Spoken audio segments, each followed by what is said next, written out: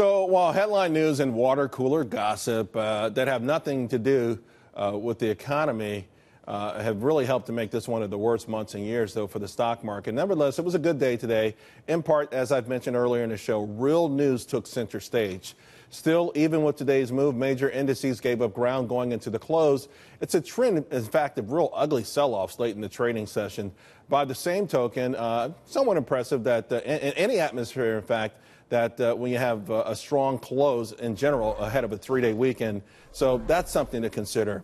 Also, considering all the reasons for downside bias in this market, the list gets longer and longer, right? The shakiness began when bond yields were going too high, and then there was anxiety over the dollar being too weak, and then there was tough talks on tariff, then the notion that you would fight back in a trade war, and then all of a sudden the turnover in the White House, it was going to create a pending constitutional crisis, and then there's always the Federal Reserve. Well, I think the market's going to be fine, in part to a stronger consumer and increased business investments. In fact, I'm modeling for a very strong rally into the end of the year, but I got to say, not everyone is as sanguine as I am. Stephanie Pomboy is the founder of economic research firm MacroMavens. She sees several areas of concern, including the potential of the Fed triggering the next crash. Stephanie, the Fed? They've never done that before. No, they never make mistakes. They never get it wrong. Oh, my gosh. Well, you know, it's interesting because the markets have finally woken up to the reality that the Fed's tightening.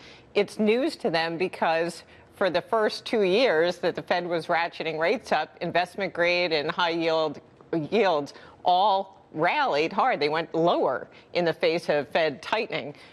Meanwhile, households were really feeling the burn. You know, credit card rates went up, mortgage rates went up. So household debt service has been rising in this entire environment. But Wall Street's been in this kind of alternate universe where there was no Fed tightening. So when Trump came in and proposed fiscal stimulus, they said, fantastic, this is all upside, without trying to weigh fiscal stimulus against the monetary restraint. And my view has been that the monetary restraint is far more powerful than the fiscal stimulus. What about the idea, though, that, I mean, we were at zero for a long time. Mm-hmm. We know we couldn't, no one expected us to stay there forever. Right. And then historically, I mean, these rates from where they're coming from, why would it be so detrimental to a rally if indeed people if wages go up? If we do start to sustain a pretty strong or much better GDP growth, if businesses start to invest, why wouldn't that be the perfect counterweight to all of that? Well, if all those things happened, then you'd have a case. I think this is a perfect example of where the Fed got the timing wrong, in that they're rushing to close the door after the horse has already left the barn.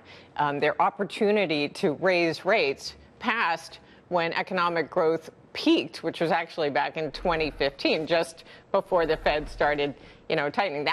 They had their opportunity before then, and now growth has actually slowed. Right. So we saw a decent number in the fourth quarter, but all of the numbers since then have been substantially weaker. In fact, the Atlanta Fed, as you know, has, been cut in half for its forecast for the first quarter, and their consumer spending component, which is really 70% of the economy, that's all we care about, is going to go, by their forecast, from 4% in the fourth quarter to 1.3%. That would be the weakest quarterly print on consumer spending since 2013. But do you I anticipate consumers probably will spend more, because I do think wages will finally go up. It's a guess people have been making, but right. All of the anecdotal evidence between job openings, quits increasing, and a lack of skilled labor out there, it suggests that maybe not only will people have more in the top line, their gross checks, but they'll keep more of that.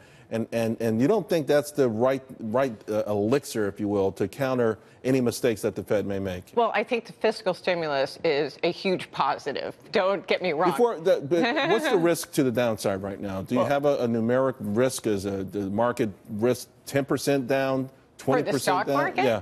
Oh, I think the risk is substantially larger than that. I think really? The risk is 40, 50%. All right. I like to keep it dramatic. We'll leave it there. Nothing, 40, 50%. Stephanie, thank you very much. Thank you.